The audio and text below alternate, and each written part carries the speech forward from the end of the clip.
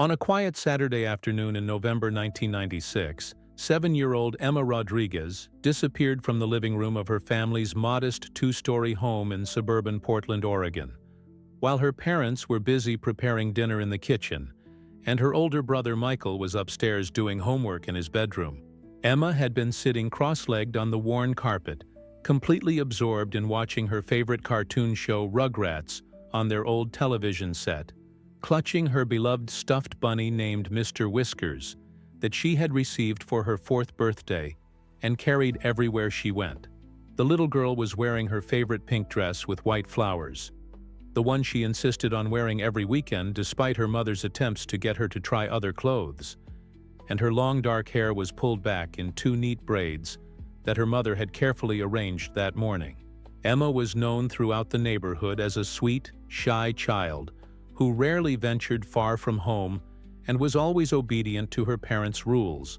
making her sudden disappearance all the more shocking and inexplicable to everyone who knew her gentle nature. When Maria Rodriguez called Emma for dinner at 5:30 p.m. and received no response, she initially assumed her daughter had fallen asleep in front of the television, as she sometimes did after a long day of playing.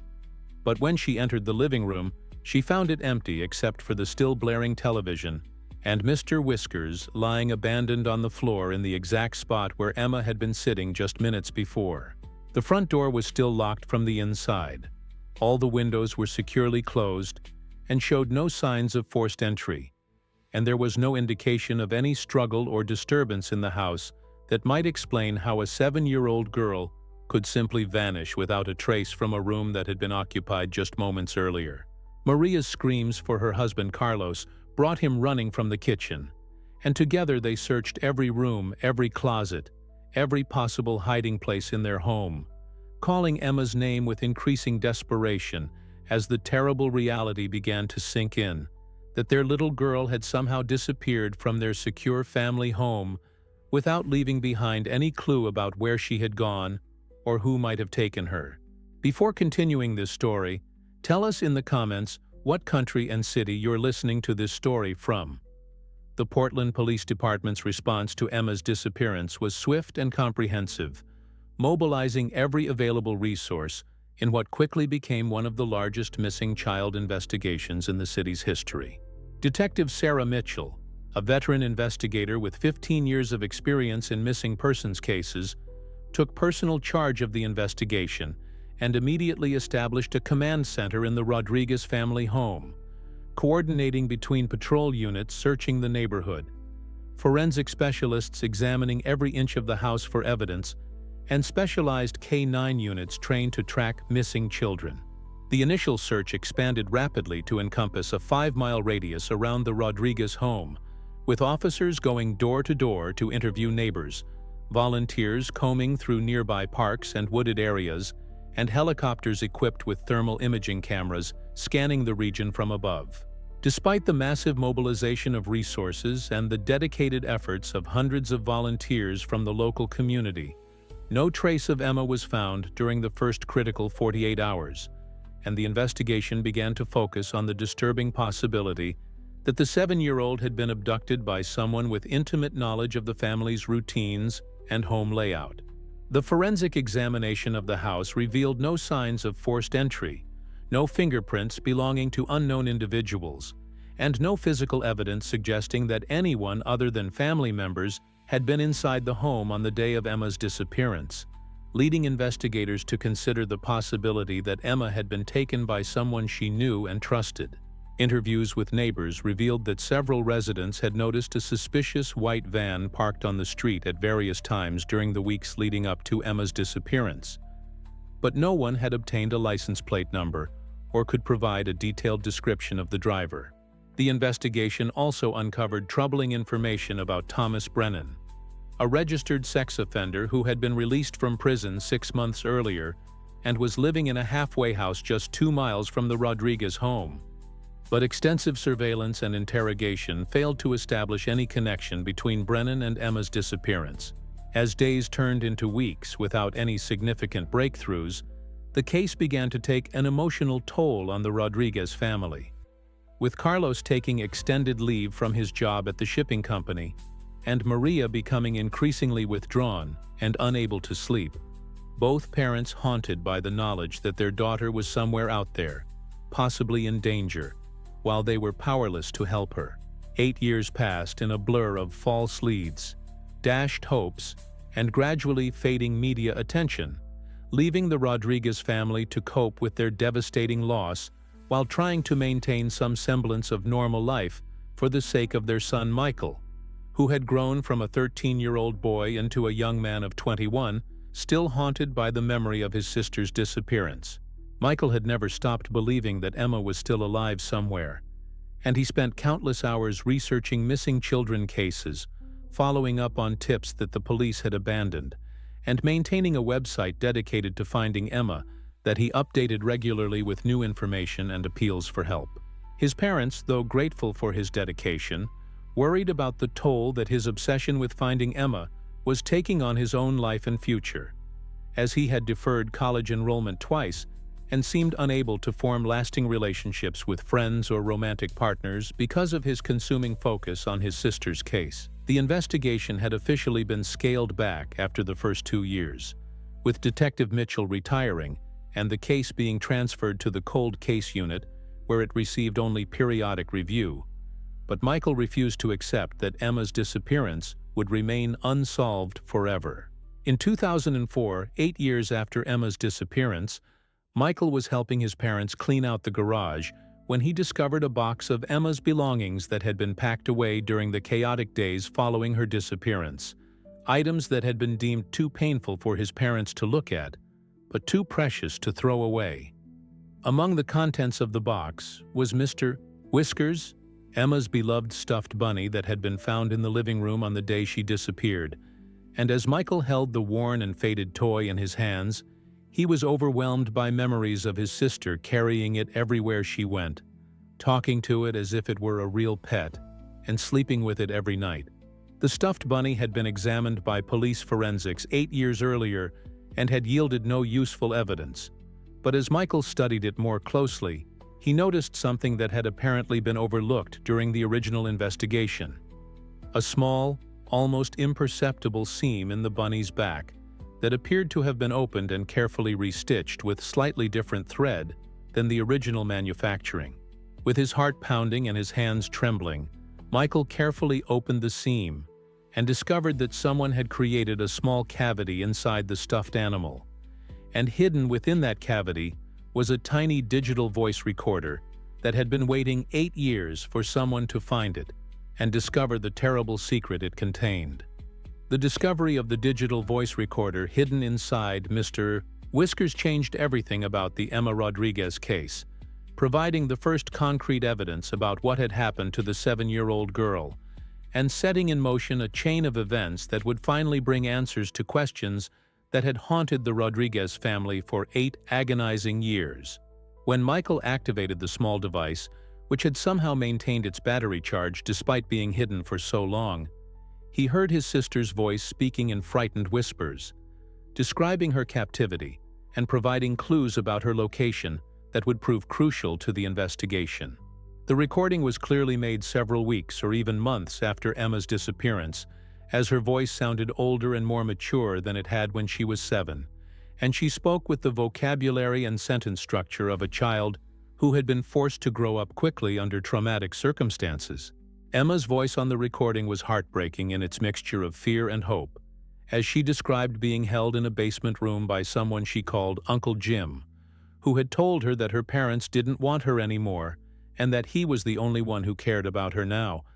a classic manipulation tactic used by predators to maintain psychological control over their victims. The recording revealed that Emma had been given limited freedom to move around the house where she was being held, and that she had managed to hide the recorder inside Mr. Whiskers during one of the rare occasions when her captor had allowed her to play with some of her belongings that he had somehow obtained from her home. Most importantly, Emma had been clever enough to include specific details about her surroundings in the recording, mentioning the sound of trains passing nearby every evening, the smell of a bakery that seemed to come through the windows,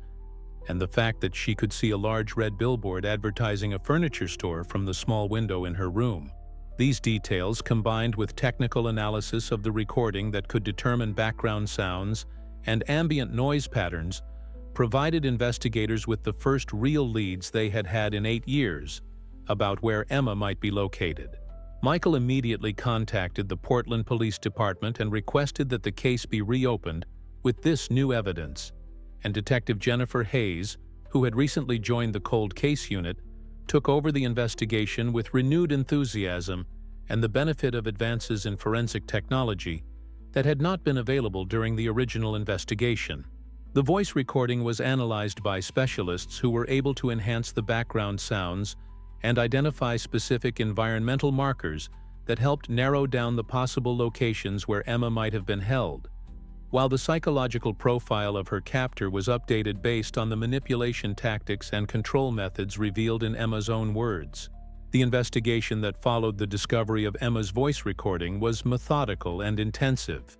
combining traditional detective work with modern forensic techniques to track down every lead and analyze every piece of evidence that might help locate the missing girl who had now been held captive for 8 years. Detective Hayes worked closely with FBI specialists who had experience in long-term child abduction cases, and together they developed a comprehensive strategy that focused on the specific clues Emma had provided in her recording, while also examining the case from new angles that had not been thoroughly explored during the original investigation.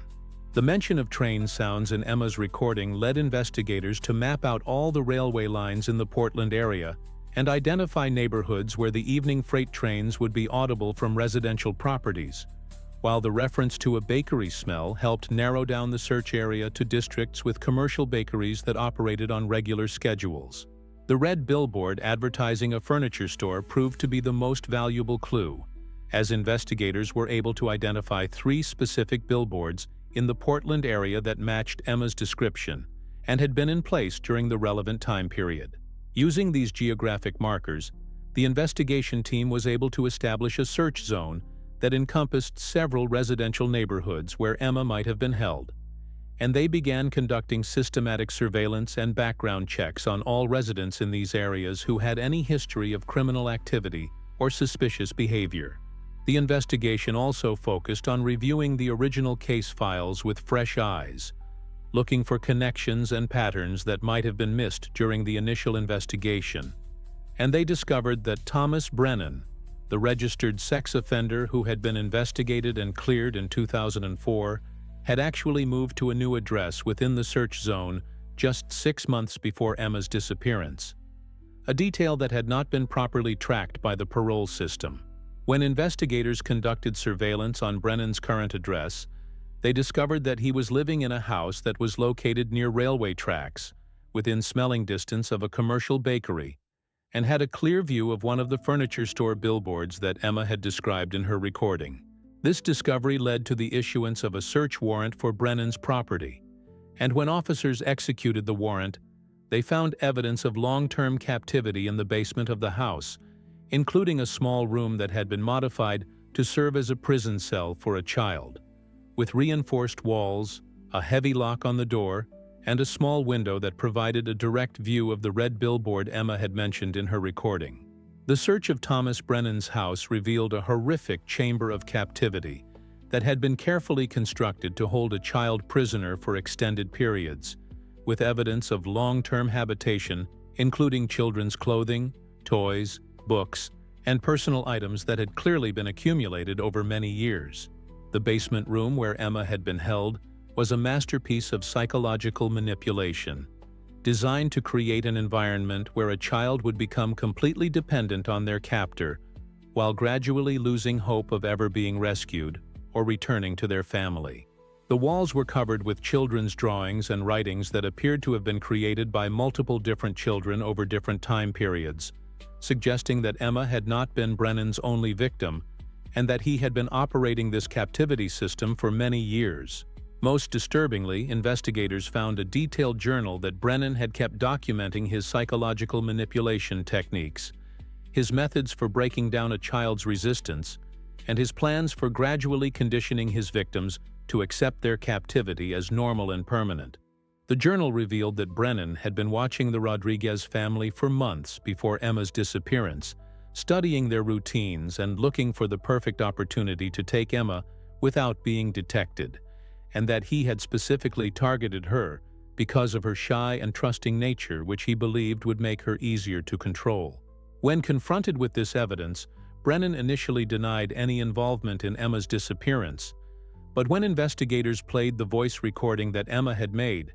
he broke down and confessed not only to abducting Emma, but also to holding her captive in his basement for the past 8 years. The confession revealed that Brennan had gained entry to the Rodriguez home through an unlocked basement window while the family was distracted, and had used chloroform to subdue Emma before carrying her out through the same window, explaining why there had been no signs of struggle or forced entry in the house. Most importantly, Brennan revealed that Emma was still alive and was being held at a different location,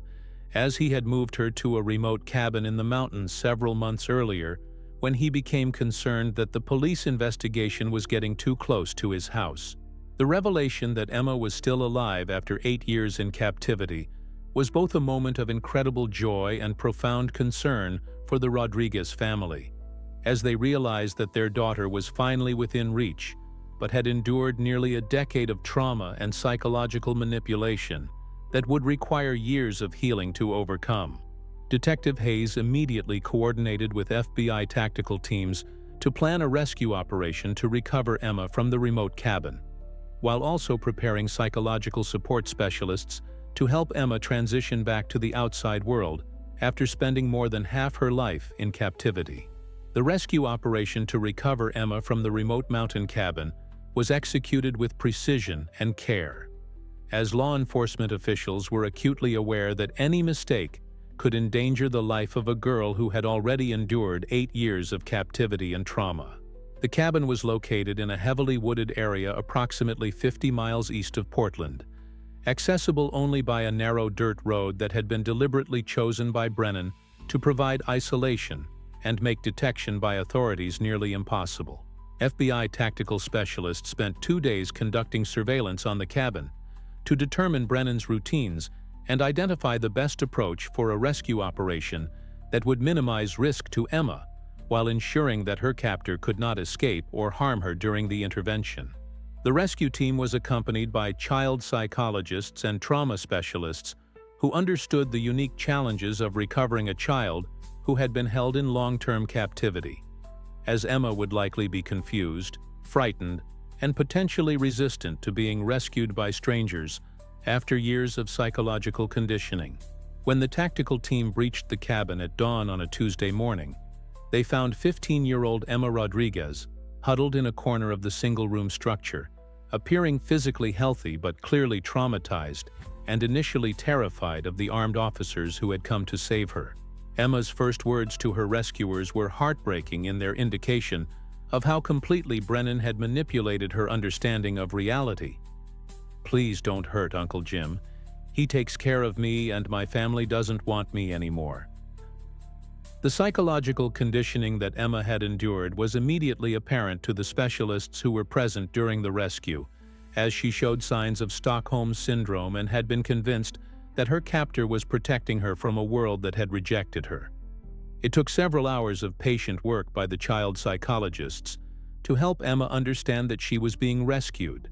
not kidnapped, and that her family had never stopped looking for her and desperately wanted her to come home. The reunion between Emma and her family was emotional and complex, as the shy 7-year-old girl they remembered had been transformed by her ordeal into a teenager who barely remembered her life before captivity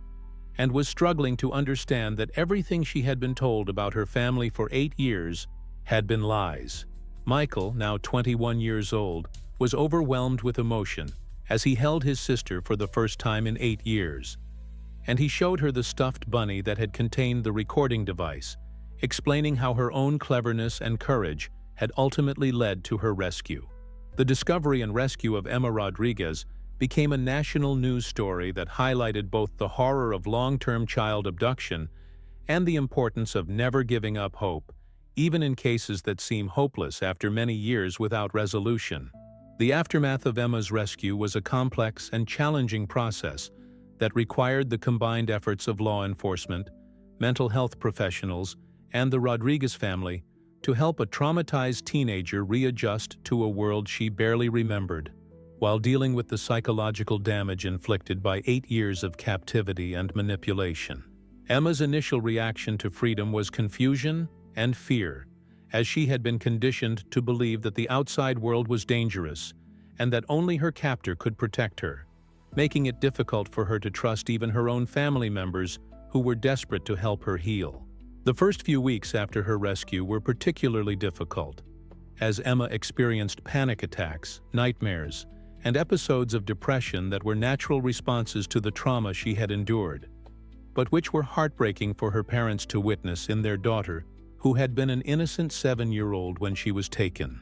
Dr. Patricia Williams, a specialist in childhood trauma recovery, worked closely with Emma to help her understand that her feelings of loyalty toward her captor were a normal psychological response to prolonged captivity,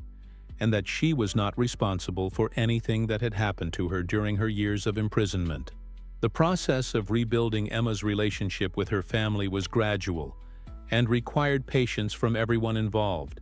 as she struggled to remember her parents and brother, while also learning to trust them again after years of being told that they had abandoned her. Michael played a crucial role in Emma's recovery, as his unwavering dedication to finding her and his gentle persistence in helping her remember their childhood together provided a bridge between the girl she had been and the teenager she had become. The legal proceedings against Thomas Brennan were straightforward, as his detailed confession and the overwhelming physical evidence made his conviction inevitable, and he was sentenced to life in prison without the possibility of parole for kidnapping, child abuse, and multiple other charges related to his crimes. The investigation also revealed that Brennan had been responsible for the disappearances of at least 3 other children over the previous 15 years, and Emma's testimony helped provide closure to other families who had never known what had happened to their missing children. As Emma's story became public, she received support from around the world, with thousands of letters from people who had followed her case and were inspired by her survival and resilience,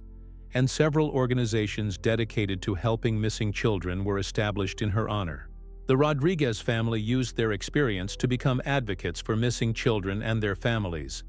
working with law enforcement agencies to improve investigation techniques and support systems for families dealing with similar tragedies. In the years following her rescue, Emma Rodriguez's journey of healing and recovery became a testament to the resilience of the human spirit and the power of family love to overcome even the most devastating trauma. With the support of her family and a team of dedicated mental health professionals, Emma gradually began to reclaim her identity and build a new life that incorporated both her painful past and her hopeful future. The process was not easy, as Emma had to learn basic social skills, catch up on years of missed education, and develop relationships with peers who had no understanding of what she had endured. But her determination to heal and move forward inspired everyone who worked with her. Michael, who had deferred his own life plans to search for his sister, found new purpose in supporting Emma's recovery, and eventually became a social worker specializing in helping families of missing children, using his experience to provide hope and practical assistance to others facing similar situations. Emma's parents, Carlos and Maria, who had struggled with guilt and grief for 8 years, found healing through their daughter's recovery and became active in supporting other families dealing with missing children, establishing a foundation that provided resources and support for long-term missing child cases. As Emma progressed through her recovery, she began to understand that her survival and rescue had deeper meaning beyond her own personal story, and she chose to share her experience publicly to help other survivors of trauma and to raise awareness about the realities of child abduction and recovery. Her first public appearance was at a conference for missing children organizations, where she spoke about the importance of never giving up hope and the power of small acts of courage, like hiding a recording device in a stuffed animal, to make a difference in seemingly hopeless situations. Emma's story became the subject of a book and documentary, that helped educate the public about the long-term effects of child abduction and the complex process of recovery, while also highlighting the dedication of family members who refuse to give up searching for their missing loved ones. The Carrie Clifton Foundation, named after one of Brennan's other victims, was established with Emma's support to provide resources for families of missing children and to improve training for law enforcement officers working on child abduction cases. Emma's decision to attend college and study psychology was motivated by her desire to help other trauma survivors, and she eventually became a licensed therapist specializing in working with children who had experienced captivity and abuse, using her own experience to provide unique insights and support to her clients. Her work with other survivors helped Emma continue her own healing process while also creating positive change in the lives of others who had experienced similar trauma. Today, more than 2 decades after her rescue, Emma Rodriguez has transformed from a victim of one of the most harrowing child abduction cases in American history into a beacon of hope and healing for countless survivors of trauma and their families. Now in her 30s, Emma has built a successful career as a trauma therapist and child advocate, using her unique perspective and hard-won wisdom to help other survivors reclaim their lives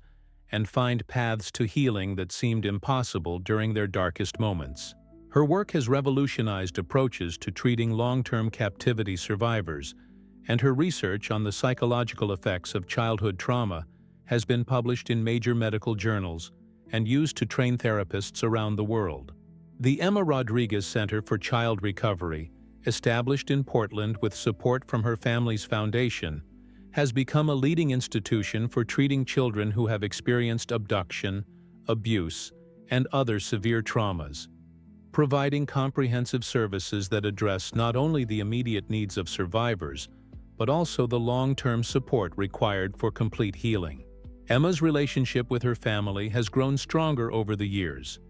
as they have all worked together to transform their shared tragedy into a source of strength and purpose that has helped thousands of other families facing similar challenges. Michael, now a respected social worker and advocate, continues to work closely with his sister on projects related to missing children and family reunification, and their bond has become even stronger as they have supported each other through the long process of healing and recovery. The stuffed bunny that saved Emma's life, Mr. Whiskers, is now displayed at the National Center for Missing and Exploited Children as a symbol of hope and the importance of never giving up on finding missing children, no matter how much time has passed or how hopeless the situation may seem. Emma's story has inspired changes in law enforcement procedures for handling missing child cases, with many police departments now implementing protocols that ensure cases remain active for longer periods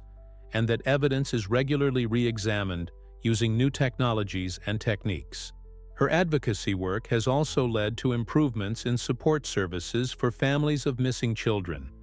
as Emma understands from personal experience how important it is to provide emotional and practical support to families who are dealing with the trauma of having a missing loved one. The annual Emma Rodriguez Conference on Child Recovery brings together law enforcement officers, mental health professionals, and families affected by child abduction to share knowledge, resources, and support in the ongoing fight to protect children and help survivors heal. Emma's memoir, Finding Light in the Darkness: A Survivor's Journey from Captivity to Healing,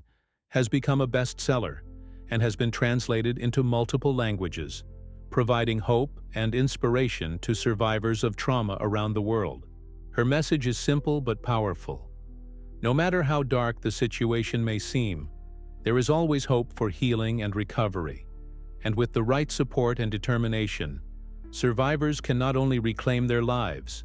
but also use their experiences to help others find their own paths to healing and hope. Emma Rodriguez's story proves that even in the face of unimaginable trauma, the human spirit can not only survive, but thrive, and that love, courage, and determination can overcome even the most devastating circumstances to create positive change in the world.